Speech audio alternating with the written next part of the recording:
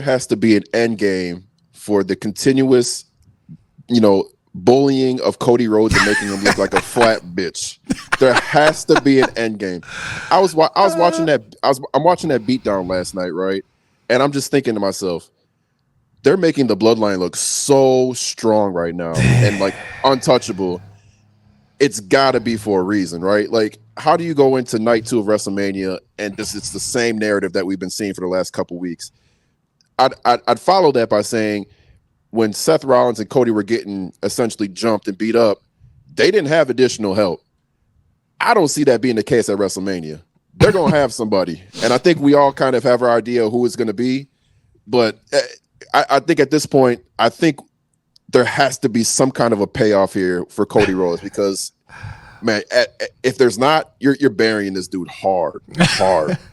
But my biggest takeaway from Monday Night Raw last night is, at the age of 51 years old, it is time for The Rock to quit messing around with Hollywood, quit making bullshit movies, and just return back to WWE full-time. You're a full-time superstar. This is what you're meant to do. Like, in movies, at best, he's a C-level action star, okay? Like, he found some success because he had a great work ethic and he has his great personality, but the reality is, like, in the wrestling ring, he's a god. In movies, he's just a guy. Like, we don't need any more Fast and the Furious. We're good, Rock. We don't need you to do that anymore. You can build your legacy. Right now, you're on the cusp of, in my book, like being the greatest of all time. This return back to the ring and kind of commanding all the attention. Look, guys, you know what The Rock's last 3 movies are? It's Fast X, Black Adam, and Red Notice. Do we really miss those if those don't exist without The Rock? I think we're all okay. But and we'll let him continue doing Moana. He can still be the voice of Maui because that's Disney money and that shit's ridiculous. But, like, I don't care. Heel, babyface, The Rock, he's a WWE guy. And I'll admit it right here. Like, Mike, you're saying that this beatdown has to go somewhere. I don't know. I'm not so sure about that anymore, right? Self-admittedly, I had become a Cody crybaby. There was a moment in time.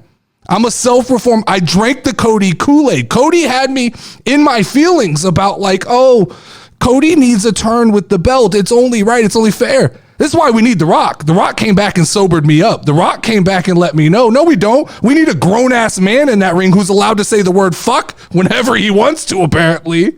And that's who needs to be champion. We need The Rock moving forward. I don't need Jungle Cruise 2, guys.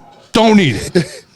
All right. What about the Tooth Fairy? Don't need another Tooth Fairy. I don't need another Netflix movie. I don't want to see that shit. I'm okay if he hangs up the Hollywood, stops walking on the red carpet, and he comes back to WWE. Look, dude has $800 million.